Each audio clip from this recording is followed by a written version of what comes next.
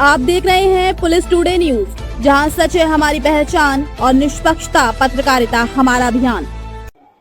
नमस्कार, मैं हूं ममता सिंह और आप देख रहे हैं पुलिस टुडे न्यूज। चलिए शुरुआत करते हैं आज दिन भर की बड़ी और विशेष खबरों से। अधूरे जल टंकी निर्माण पर किसान यूनियन का प्रदर्शन, सौंपा ज्ञापन।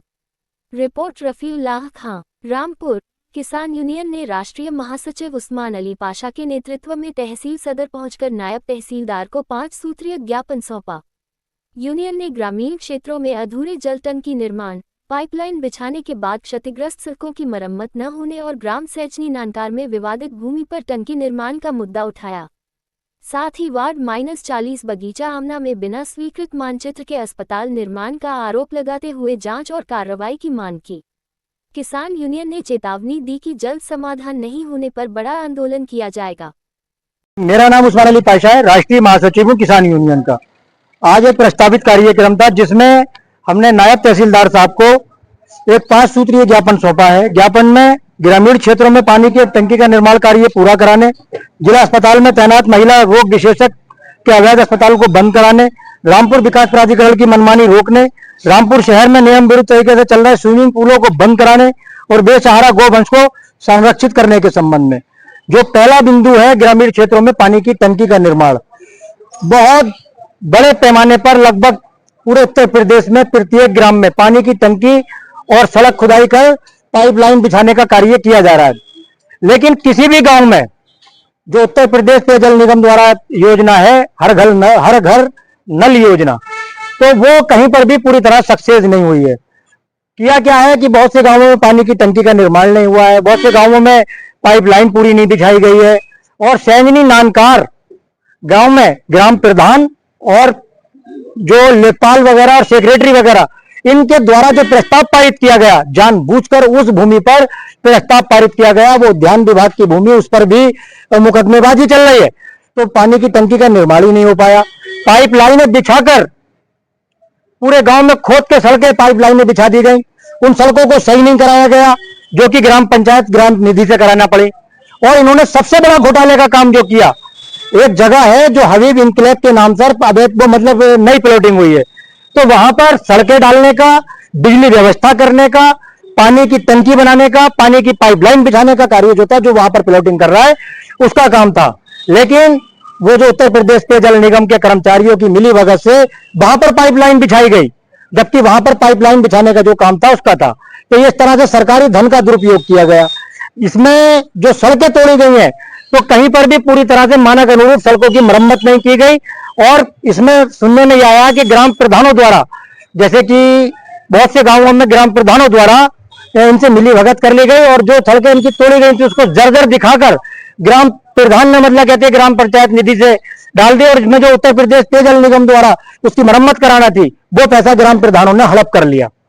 तो इसकी जांच कराने की मांग की गई है। दूसरा बिंदु, जिला अस्पताल में एक सर्जन है जो स्त्री रोग विशेषज्ञ हैं, नीलोफर खान, वो कचरीवाला कारखाना डिग्री कॉलेज के पास सैजनी नानकार में अपना एक अवैध प्राइवेट क्लिनिक चला रही हैं, जिसमें कोई भी ट्रेंड स्टाफ नहीं है और आशाओं से इनकी मिलीभगत रहती है। क्योंकि स्त्री रोग विशेषज्ञ है तो आशाएं जिला अस्पताल में इनके केबिन में आती जाती रहती है, तो उनको ये समझाती रहती है आप मेरे उस हॉस्पिटल पर लेकर आ जाओ। तो आशाएं उनको डरा देती हैं कि यहाँ पर जो है मैडम बता रही है कि यहाँ पर ऑपरेशन कराना पड़ेगा, आप वहां पर ले चलो, वहां पर जो है नॉर्मल डिलीवरी कर देंगी। तो गरीब आदमी जो है अस्पताल में जाता है, सबसे निम्न स्तर का सबसे गरीब आदमी अपना इलाज कराने, अपना प्रसव कराने जाता है, तो ये लोग जो है उसको डराकर उसका धंधा कर रहे हैं। इसमें कई बच्चों की और कई गर्भवती महिलाओं की मौत भी हो चुकी है, लेकिन क्योंकि वो जिला अस्पताल में तैनात हैं इसलिए उनके खिलाफ कोई कार्रवाई नहीं होती। तीसरा बिंदु, रामपुर विकास प्राधिकरण। रामपुर विकास प्राधिकरण नाम बिल्कुल गलत रखा गया है। 2006 में इसकी स्थापना इस उद्देश्य से की गई थी कि रामपुर में सुनियोजित तरीके से शहर बसाया जाए और नई नई कॉलोनियां यहां पर विकसित की जाएं जो कि सर्व सुविधा युक्त हों।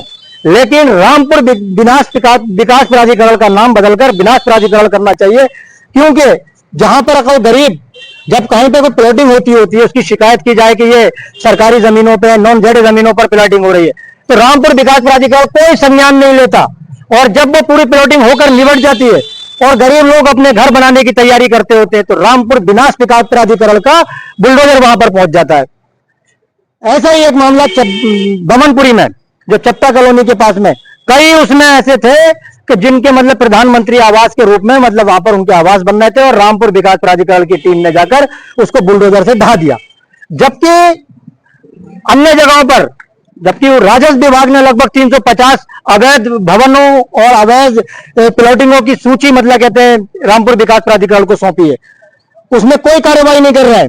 बगीचा आमना में कई सौ वर्ग मीटर में एक अस्पताल का निर्माण हो रहा है, जबकि अस्पताल जो भी कोई भी व्यवसायिक प्रतिष्ठान बनेगा तो उसमें ग्रीन जोन छोड़ा जाएगा, और उसका पहले नियम अनुसार नक्शा पास होगा, जगह जो है 143 होना चाहिए, नगर पालिका में इंद्राज होना चाहिए। वो जो जहां पर वो मतलब कहते हैं अस्पताल बनाया जा रहा है, तो वहां पर ना तो वो नगर पालिका में इंद्राज है, ना उसका हाउस टैक्स दिया गया, ना उसका मतलब कहते हैं कोई राजस्व विभाग में मतलब कहते हैं 143 हुई हुई है, उसका मतलब कहते हैं बन रहा है। हमने बहुत पहले शिकायत की, तो विकास प्राधिकरण के कर्मचारियों के संज्ञान में आया है कि उन्होंने जो था 2 लाख रुपए रिश्वत लेकर और उस मामले को रफा दफा कर दिया। अब वो जब दोबारा शिकायत की गई, तब भी मतलब कहते हैं उसको अब सुना यह है कि उसका नक्शा पास करने की तैयारी में, उससे मतलब जो टैक्स वैक्स उसके लगा के जुर्माना वगैरह लगा के नक्शा पास, जबकि वहां पर और भी बहुत से लोग ऐसे हैं कि जिनके मकानों के नक्शे नगर पालिका और मतलब कहते हैं रामपुर विकास प्राधिकरण ने यह कहकर फेल कर दिए कि आपका नहीं बन सकता, क्योंकि ये जगह जो है आपके नाम दर्ज नहीं है, नगर पालिका में इंद्राज नहीं है। तो इस तरह से जो घोटालेबाजी की जा रही है, ये बंद करना चाहिए। चौथा बिंदु, रामपुर शहर और उसके आसपास स्विमिंग पूल के नाम पर लोगों के स्वास्थ्य से खिलवाड़ किया जा रहा है, क्योंकि कहीं कहीं तो बहुत ज्यादा मतलब कहते हैं गहराई है, जबकि इसको कई विभागों से अनुमति लेना पड़ेगी, अनापत्ति प्रमाण पत्र लेना पड़ेगा, तब जाकर स्विमिंग पूल चलेगा। और इसकी उसमें जो है ट्रेनर होना चाहिए। अगर मान लीजिएगा कोई बच्चा या कोई आदमी उसमें डूब रहा है, तो उसको बचाने के लिए कोई ट्रेन मतलब व्यक्ति वहां पर उसमें स्टाफ में होना चाहिए। तो इसमें कोई नियमों का पालन नहीं किया जा रहा है, और लगातार मतलब कहते हैं स्विमिंग पूल बन रहा है, कहीं पे स्लाइडिंग वगैरह भी लगा रखी है, जिससे मतलब गिरने से कई बच्चे घायल भी हो चुके हैं। किसी का नियम कायदा कहीं से कहीं तक नहीं है। पांचवा और अहम बिंदु, पूरे जनपद में और खासकर तहसील सदर के प्रत्येक ग्राम में जो बेसहारा गोवंश हैं, किसानों की फसलों को चौपट कर रहे हैं, और जब शिकायत की जाती है तो पशुपालन विभाग और संबंधित खंड विकास विभाग उस पर यह रिपोर्ट लगा देता कि जाकर जांच की गई, वहां पर कोई भी बेसहारा पशु घूमता हुआ नहीं पाया गया। तो ये जो खिलवाड़ किए जा रहे हैं किसानों के साथ या आम जन के साथ, इनको किसी कीमत पर बर्दाश्त नहीं किया जाएगा। और हमने नायब तहसीलदार साहब को ज्ञापन दिया, उन्होंने कई विभागों को हमारे सामने ही फोन पर मतलब अवगत कराया, और दूसरी चीज उन्होंने एक आश्वासन ये दिया है कि 1 सप्ताह में सारी समस्याओं का आपका समाधान हो जाएगा। अगर समाधान नहीं होता है तो, क्योंकि अभी तो धान की रोपाई का कार्य चल रहा है, तो इसलिए किसान फ्री नहीं है, जल्दी ही एक बड़ा आंदोलन जिला स्तर पर किया जाएगा। बहुत बहुत शुक्रिया। जय जवान जय किसान।